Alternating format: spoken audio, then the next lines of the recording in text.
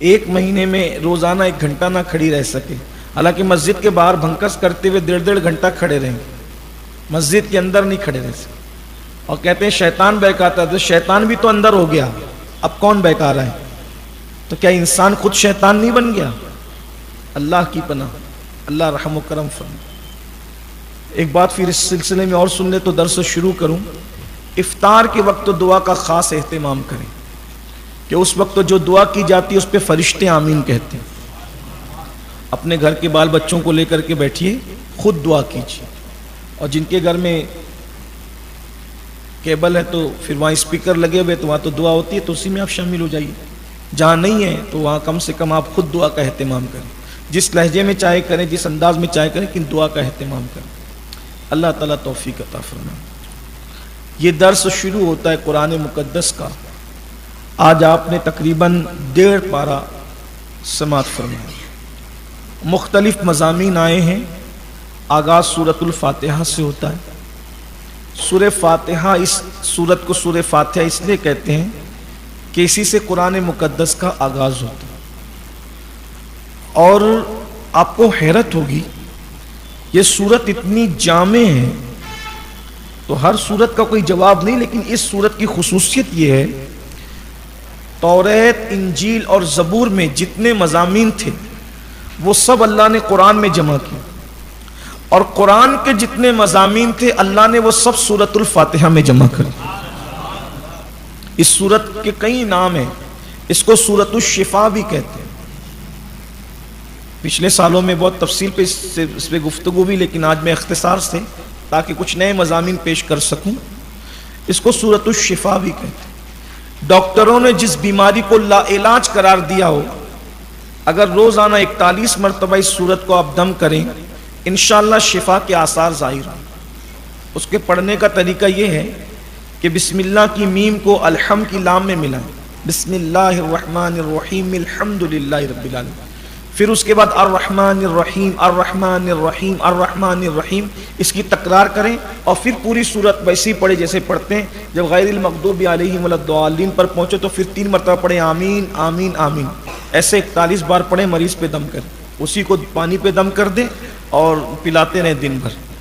انشاءاللہ اللہ کی کرم سے شفا کے آثار نظر آئیں۔ یہ صرف میں کتاب سے پڑھ کے نہیں کہہ رہا ہوں، یہ میرا خود کا اپنا تجربہ۔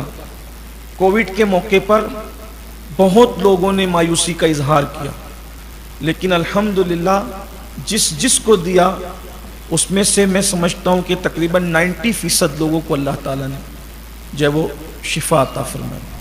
آپ بھی اگر زندگی لکھی ہے تو آثار ظاہر۔ اس کو سورۃ الدعا بھی کہتے ہیں، یہ سورہ دعا بھی ہے، یعنی جب کبھی بہت شارٹ ٹائم میں اللہ سے کچھ بہت ڈھیر سارا مانگنا ہو۔ آج کل تو لوگوں کے پاس ٹائم ہی کم ہے نا، ٹائم آج کم ہے لوگوں کے پاس، علاج 1450 سال پہلے آئے۔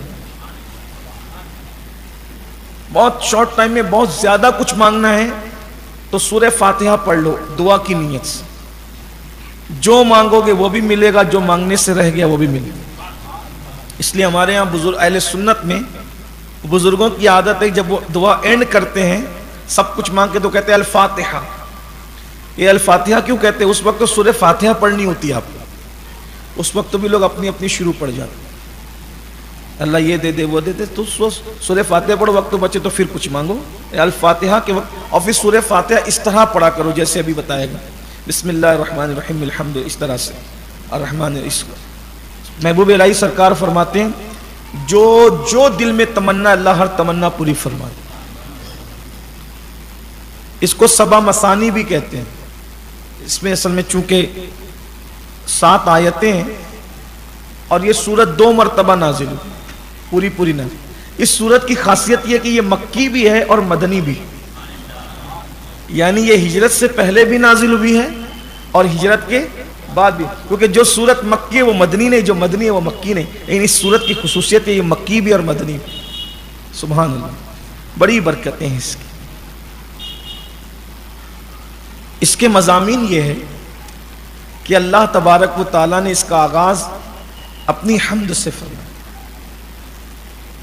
اگر کسی نے الحمدللہ کہہ دیا ایک بار کسی نے الحمدللہ کا مطلب اس نے اللہ کی خوبیاں بیان کی.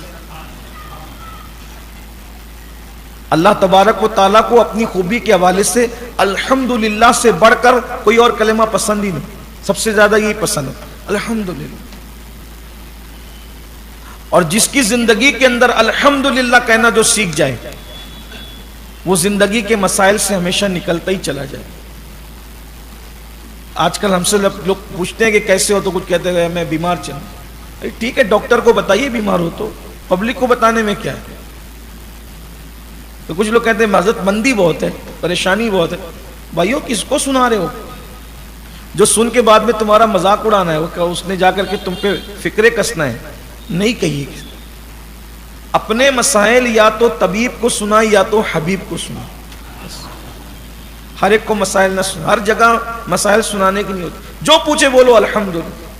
اور اس کی برکت ہے جب بندہ تکلیف اور پریشانی میں بھی کہتا ہے نا الحمدللہ تو اللہ کہتا ہے میں نے مشکل میں ڈال رکھا ہے پھر بھی میرا شکر ادا کر, اب میں اس سے تکلیفیں دور کر دوں.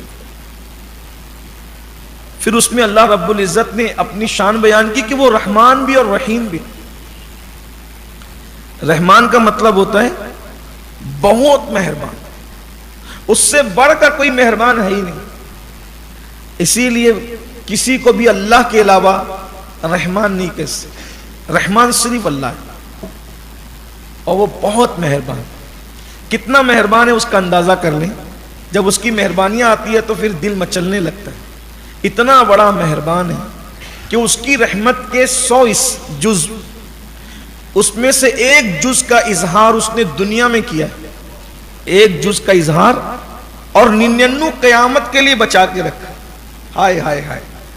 ایک جز کا حال یہ ہے کہ یہاں نرم گدے ہیں, کاریں ہیں, بائک ہیں, موبائل ہیں, قیمتی کپڑے ہیں, پھر اس میں ماں کی محبت, باپ کی محبت, دوستوں کی محبت.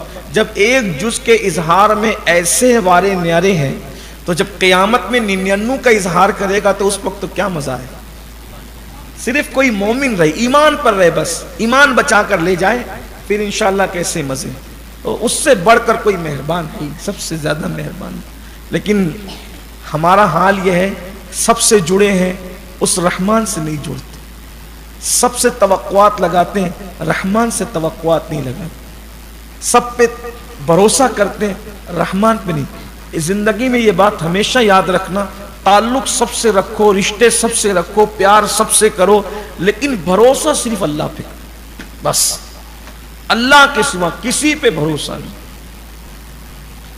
میں شاید ان دنوں تک رہ نہ سکوں